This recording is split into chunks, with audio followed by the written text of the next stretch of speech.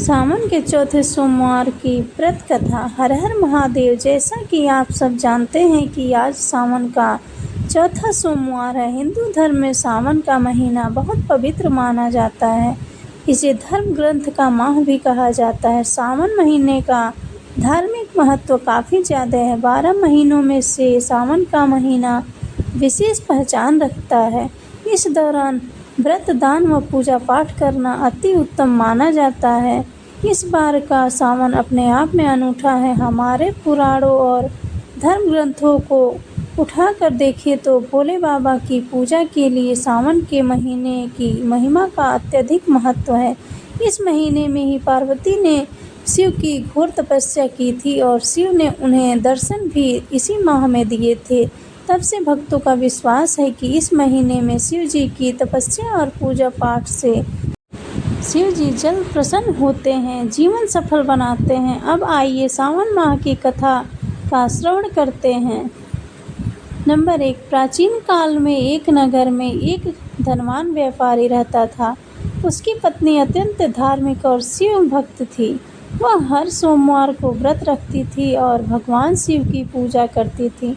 हालांकि उनकी कोई संतान नहीं थी, जिससे वे दोनों बहुत दुखी रहते थे।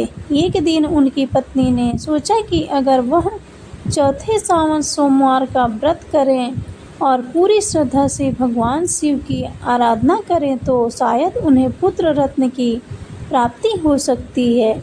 उसने दृढ़ संकल्प किया और चौथे सावन सोमवार का व्रत किया।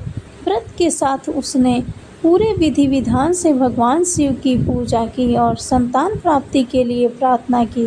भगवान शिव ने उसकी भक्ति और श्रद्धा से प्रसन्न होकर उसे आशीर्वाद दिया और कहा, तुम्हारे घर में एक पुत्र का जन्म होगा जो बहुत ही बुद्धिमान और गुणवान होगा। कुछ समय बाद व्यापारी की पत्नी को गर्भवती होने का सौभाग्य प्राप्त हुआ और समय आने पर एक सुंदर पुत्र का जन्म हुआ। वह पुत्र बड़ा होकर अत्यंत योग्य और धर्मनिष्ठ बना और अपने माता पिता का नाम रोशन किया।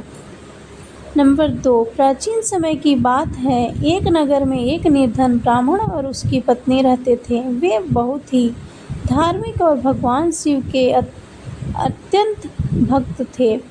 वे निसंतान थे, जिससे दोनों ही अत्यंत दुखी रहते थे। एक दिन ब्राह्मण की पत्नी ने कहा, हम भगवान शिव की उपासना करें और सावन के सोमवार का व्रत रखें। शिव जी की कृपा से अवश्य ही हमें संतान सुख की प्राप्ति होगी। ब्राह्मण ने पत्नी की बात मान ली और दोनों ने मिलकर सावन के महीने में सोमवार का व्रत रखना शुरू कर दिया।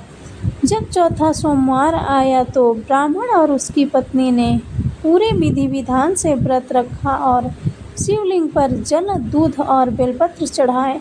उन्होंने श्रद्धा भाव से भगवान शिव की पूजा की और संतान प्राप्ति की मनोकामना की। भगवान शिव उनकी भक्ति से प्रसन्न हुए और उनकी तपस्या से खुश होकर प्रकट हुए।